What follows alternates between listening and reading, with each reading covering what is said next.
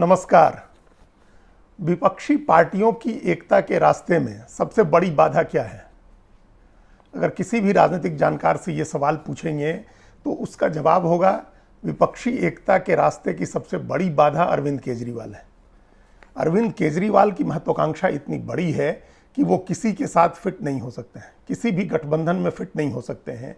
और ये कहा जा सकता है या इसको इस तरह से कहा जा सकता है कि कम से कम उस गठबंधन में फिट नहीं हो सकते हैं जिसमें कांग्रेस हो। हालांकि अभी आगे चल के क्या होगा, राजनीति में कुछ भी असंभव नहीं होता है। किसी भी चीज के बारे में बहुत डेफिनेटिव अंदाज में नहीं कहा जा सकता है कि ऐसा ही होगा या ऐसा नहीं होगा। लेकिन अभी जो बाधा दिख रही है वो अरविंद केजरीवाल की है और वो लगातार इस कोशिश में है। एक तरफ वो ये मैसेज बनवा रहे हैं कि वो विपक्ष के साथ जा भी सकते हैं, जैसा कि उन्होंने नीतीश कुमार को दिल्ली में कहा। नीतीश कुमार से मुलाकात में उन्होंने कहा कि मुलाकात के बाद उन्होंने कहा कि जो नीतीश कुमार कर रहे हैं वो उनके साथ है। और इस मुलाकात के अगले दिन संजय सिंह ने जाकर के जो गठबंधन की बारीकियों पर बात की थी नीतीश कुमार से। लेकिन अब जो वास्तविक स्थिति है वो बिल्कुल उससे अलग है। अरविंद केजरीवाल की पार्टी इस समय कर्नाटक में चुनाव लड़ रही है। कर्नाटक में सीधा मुकाबला कांग्रेस और भारतीय जनता पार्टी का है और जो सबसे बड़ी प्रादेशिक पार्टी है, जो एक समय 50 से ज़्यादा सीटें जीतती रही है वहाँ, और पिछली बार भी उसको 35 से ज़्यादा सीटें मिली थी, उस पार्टी यानी जेडीएस की स्थिति भी बहुत खराब है। और तमाम जो चुनाव पूर्व सर्वेक्षण हुए वो सब जेडीएस को भी 30 से नीचे सीटें मिलने की बात कर रहे हैं और कांग्रेस बीजेपी के बीच सीधा मुकाबला बता रहे हैं। ऐसे सीधे मुकाबले में अरविंद केजरीवाल की पार्टी 168 सीटों पर चुनाव लड़ रही है कर्नाटक में।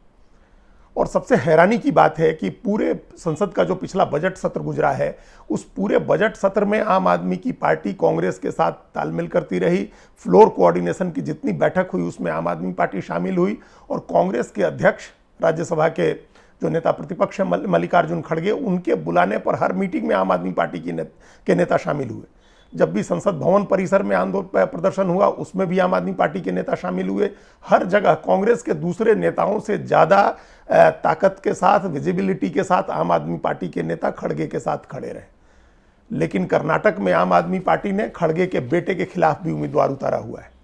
मल्लिकार्जुन खड़गे के बेटे प्रियांक खड़गे चित्तूपुर सीट से चुनाव लड़ रहे हैं विधानसभा का। वहां से वो 3 बार चुनाव जीते हैं और हर चुनाव में उनके जीत का अंतर कम होता गया है। पिछली बार बड़ी मुश्किल से वो 4000 वोट से जीते थे और उस सीट पर आम आदमी पार्टी ने अपना एक मजबूत उम्मीदवार जगदीश सागर, जिनका नाम है, उनको उतारा है। तो अब सोचिए कि जिन मल्लिकार्जुन खड़गे के साथ इतना सद्भाव आम आदमी पार्टी ने दिखाया और जब आम आदमी पार्टी के राष्ट्रीय संयोजक और दिल्ली के मुख्यमंत्री अरविंद केजरीवाल को सीबीआई ने पूछताछ के लिए बुलाया शराब नीति घोटाले में, तो विपक्ष के जिन नेताओं ने उनसे बात की, अपना समर्थन और सद्भाव दिखाया, उनमें सबसे पहला नाम मल्लिकार्जुन खड़गे का है। खड़गे ने फ़ोन करके अरविंद केजरीवाल को के साथ अपना सद्भाव दिखाया, अपना समर्थन दिया और उनकी तरफदारी करते हुए कहा कि यह राजनीतिक मामला है, उनको फंसाया जा रहा है। उन मल्लिकार्जुन खड़गे के खिलाफ भी आम आदमी पार्टी ने, उनके बेटे के खिलाफ भी आम आदमी पार्टी ने कैंडिडेट दिया है। तो राज्य के 168 सीटों पर जिस अंदाज में चुनाव लड़ रही है आम आदमी पार्टी, वो अंदाज कांग्रेस को नुकसान पहुंचाने वाला है। और ये भी एक तथ्य है कि जब गुजरात चुनाव के बाद ही आम आदमी पार्टी ने राष्ट्रीय पार्टी के दर्जे के लिए आवेदन किया हुआ था और जब उसमें देरी हो रही थी तो जो आम आदमी पार्टी के कर्नाटक के संयोजक हैं, प्रदेश संयोजक पृथ्वी रेड्डी, वही हाईकोर्ट में गए थे और कर्नाटक हाईकोर्ट ने ही चुनाव आयोग को यह निर्देश दिया था कि वो 13 अप्रैल से पहले राष्ट्रीय पार्टी के दर्जे का फैसला करे। आम आदमी पार्टी का जो राष्ट्रीय पार्टी का दर्जा देने का जो फैसला आया वो हाईकोर्ट की समय सीमा खत्म होने से 1 दिन पहले आया। तो ये पृथ्वी रेड्डी जो प्रदेश संयोजक हैं वो गए थे हाईकोर्ट और उन्होंने कहा भी था कि राष्ट्रीय पार्टी का दर्जा मिल जाने के बाद कर्नाटक के चुनाव में आम आदमी पार्टी को बहुत फायदा होगा।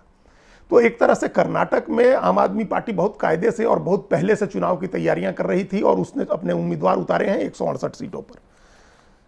तो अब इसका अगर वहां बहुत ज्यादा सफलता की उम्मीद आम आदमी पार्टी को भी नहीं है, लेकिन अगर गोवा की तरह या गुजरात की तरह उसको वोट मिल जाते हैं, वो कुछ वोट काट लेती है आम आदमी पार्टी कांग्रेस पार्टी का, तो फिर भारतीय जनता पार्टी के लिए रास्ता साफ हो जाएगा। अब सवाल है कि जब अरविंद केजरीवाल या आम आदमी पार्टी भारतीय जनता पार्टी से लड़ रहे हैं, जब उनका मकसद भारतीय जनता पार्टी को हराना या उसको रोकना है, तो फिर वो पार्टी भारतीय जनता पार्टी की जीत का रास्ता कैसे बना सकती है?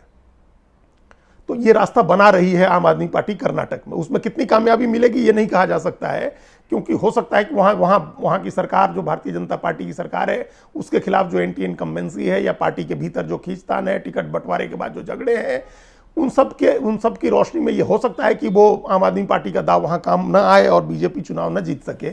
लेकिन कम से कम अरविंद केजरीवाल अपनी तरफ से प्रयास ये कर रहे हैं कि किसी तरह से वहाँ कांग्रेस को हराया जाए, और दूसरी तरफ वो विपक्षी पार्टी की एकता में शामिल होने की भी बात कर रहे हैं, नीतीश कुमार के साथ होने का दावा कर रहे हैं।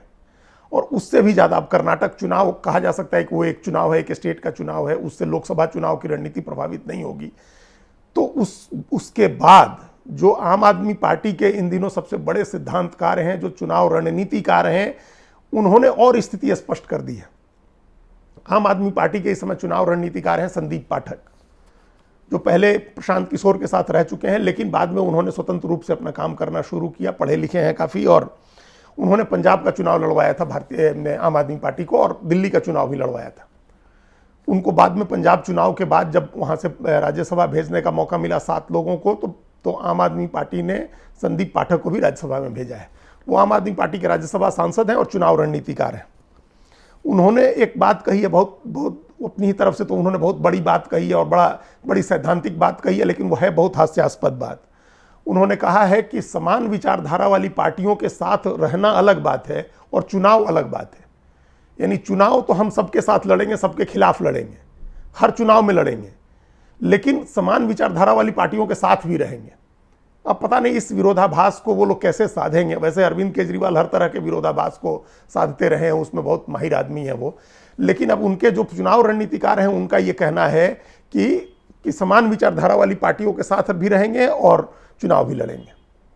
अब समान विचारधारा वाली पार्टी के साथ रहेंगे तो फिर उसी के खिलाफ चुनाव कैसे लड़ेंगे, और फिर जब उसके खिलाफ चुनाव लड़ेंगे तो साथ रहने का क्या मतलब है, फिर कैसे साथ हैं आप। लेकिन ये बात कही है संदीप पाठक ने, और उससे अंदाजा लग रहा है, उससे आम आदमी पार्टी के आगे की रणनीति का अंदाजा लग रहा है। उन्होंने ये भी कहा कि राजस्थान के विधानसभा चुनाव के लिए, मध्य प्रदेश और छत्तीसगढ़ के विधानसभा चुनाव के लिए पार्टी ज़्यादा पहले से तैयारी करेगी। पार्टी जून से इसकी तैयारी शुरू कर देगी, जून से काम शुरू हो जाएगा इन राज्यों में। ये तीनों राज्य कांग्रेस के सबसे मजबूत असर वाले राज्य हैं।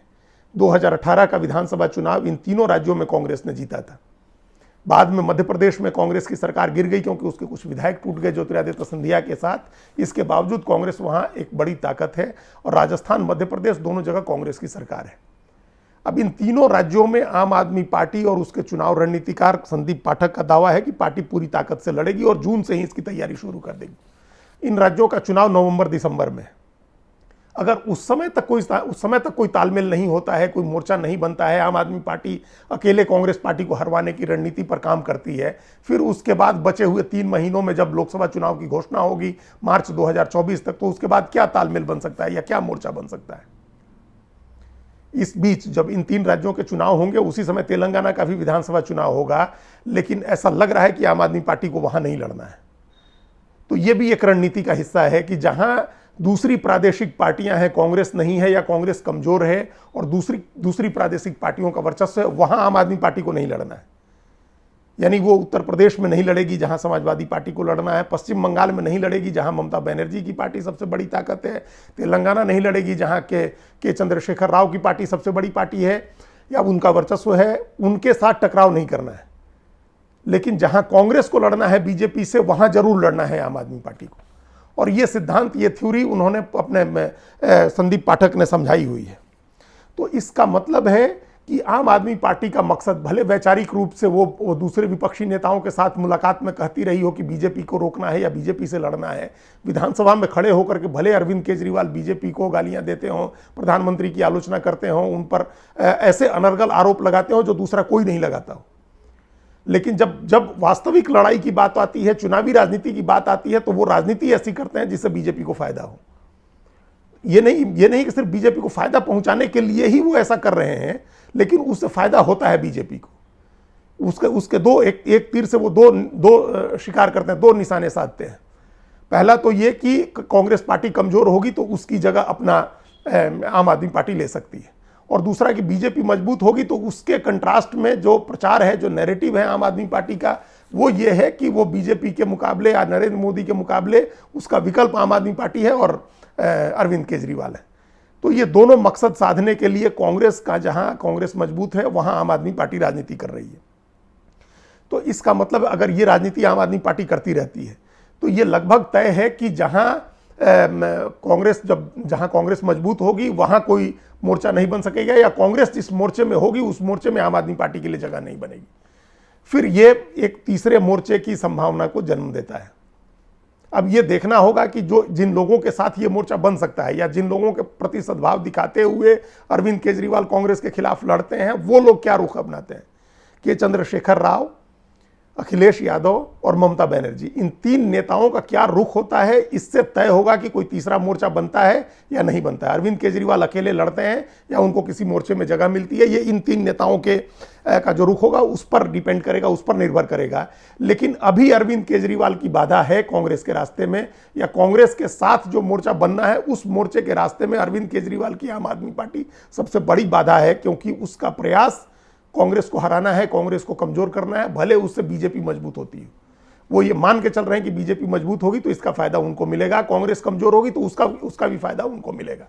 इसलिए ये अब अगले, अगर लोकसभा चुनाव के पहले नीतीश कुमार या दूसरा कोई भी नेता एक बड़ा मोर्चा बनाने की, विपक्ष का एक साझा मोर्चा बनाने की कोशिश कर रहा है, तो इस घटनाक्रम पर सबसे ज्यादा नजर रखनी होगी, संदीप पाठक की बातों पर सबसे ज्यादा नजर रखनी होगी और अरविंद केजरीवाल की राजनीति पर सबसे ज्यादा नजर रखनी होगी।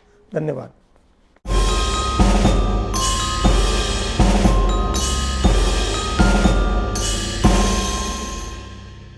कृपया हमारे चैनल के साथ जुड़िए, लाइक कीजिए, सब्सक्राइब कीजिए, बेल आइकॉन जरूर दबाइए।